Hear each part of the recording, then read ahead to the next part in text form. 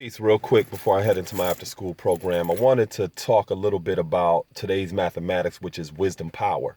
And two is wisdom, five is power. The reason why I wanted to talk a little bit about this is because people often misunderstand what wisdom power is. If you ask them, they gonna tell you some stuff about, well, my words and my actions, and that is speaking the truth. And a lot of that is very abstract, and a lot of it really has no concrete basis within a city or a community.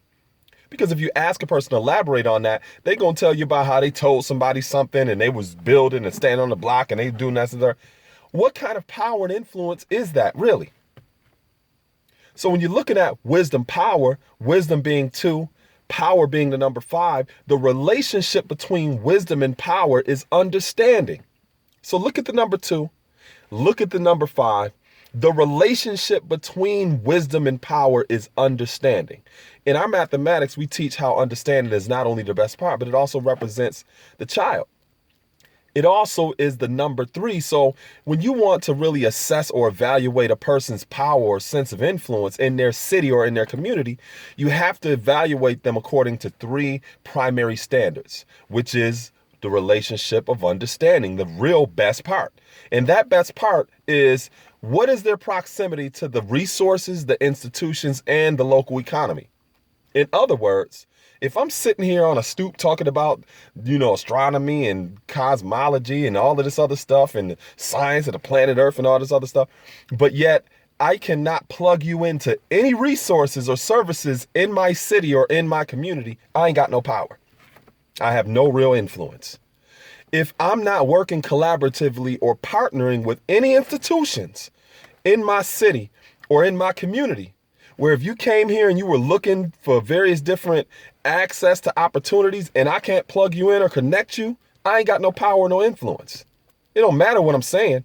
I have no power or no influence. Additionally, if I'm not connected to my local economy in terms of supporting local businesses or being an entrepreneur myself or various different other things in partnership with my local economy, I have no power or no influence. So these are the three primary components that we have to use to assess and evaluate each other, including me, when it comes to what is this wisdom of power that we talking about. Because it's really about positioning ourselves not only to be connected to the resources, the institutions, and the economy, but in the driving seat when it comes to creating resources, building and investing in institutions, and being plugged into the local economy as a person who is making sure that that local economy continues to operate and function in an effective way. If we're not positioning ourselves in that kind of way, literally, we ain't got no real power or influence.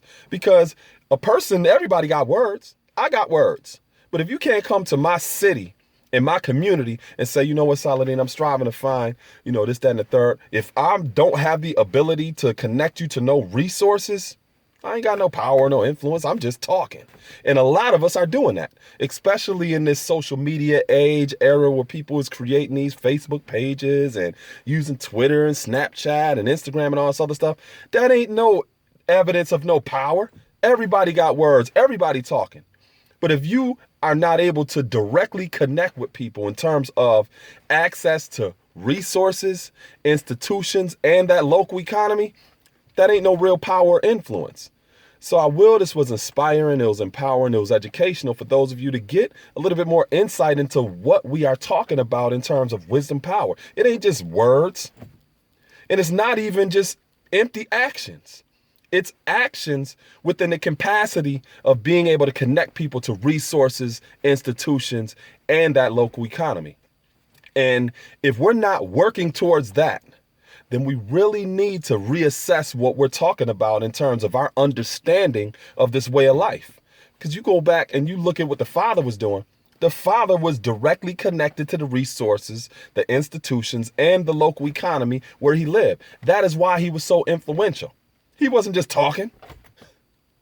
He wasn't just talking about my ways and my actions. No, he was directly connected to concrete evidence that reflected resources, institutions, and the local economy where he lived at. And that is the type of legacy that we are building and adding on to. And you don't build and add on to that with just words or just posting stuff on social media. And that includes myself. If you come to my area, you should be able to be connected to resources, institutions, and the local economy. If I'm not in that position, I really ain't got no understanding of what I'm doing, just like many of us. So I just wanted to add on. Let me get over here with these babies. Peace.